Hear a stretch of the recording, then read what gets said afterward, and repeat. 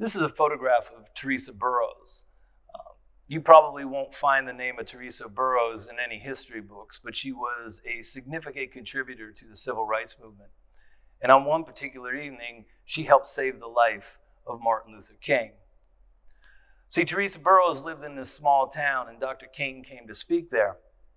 And like most small towns, there's only 2 or 3 roads in or out. And so the Klan planned to put up roadblocks, diversions on 2 of those roads, so he only had one way to exit. And then they were going to line that road and gun him down and kill him that evening. Thesesa Burroughs got word to Dr. King, said, "It's not safe for you to leave, you need to come to my house." And he did. It's a small little house that sits on the corner there in town. Now it's known as the Safe House. It didn't take the Klan long to realize that Dr. King was hiding somewhere in town, so they came back and they began burning down the churches, the black churches. They threatened to burn down every black church, black homes, until they brought Martin Luther King out. But instead of bringing Dr. King out, people began to go to Miss Burroughs' house. And they stood outside and they locked arms. And they built a human wall around her house, protecting him. The Klan quickly realized where he was, and they drove there. They parked their cars along the streets and on the corner.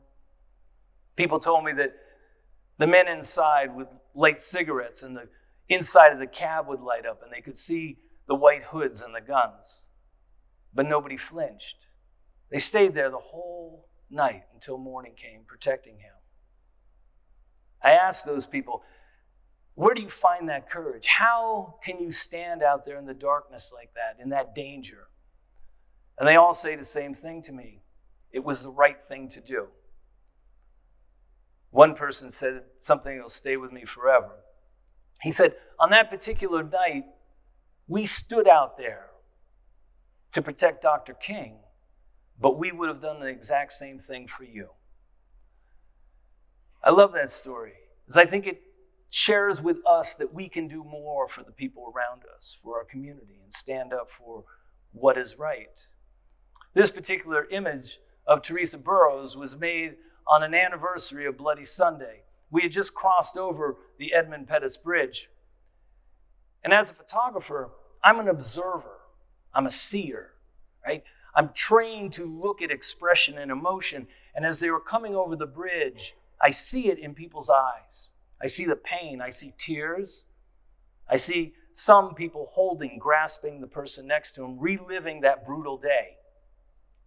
When they got to the base of the Edmund Pettus Bridge, I noticed Thesesa Burroughs standing with a flag that was carried on the march from Selma to Montgomery.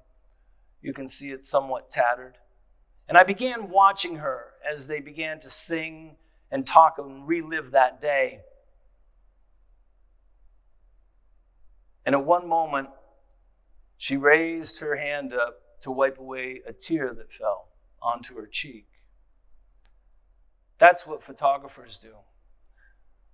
My belief, since the digital age came about, we have more shooters than photographers, meaning we have a bunch of people out there that just hold the button down and make 1,000 pictures hoping to get one.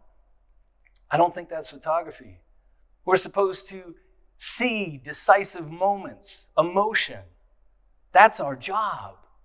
Not just shoot everything and hope we have something, but instead have an understanding of how humans react, anticipation, observers.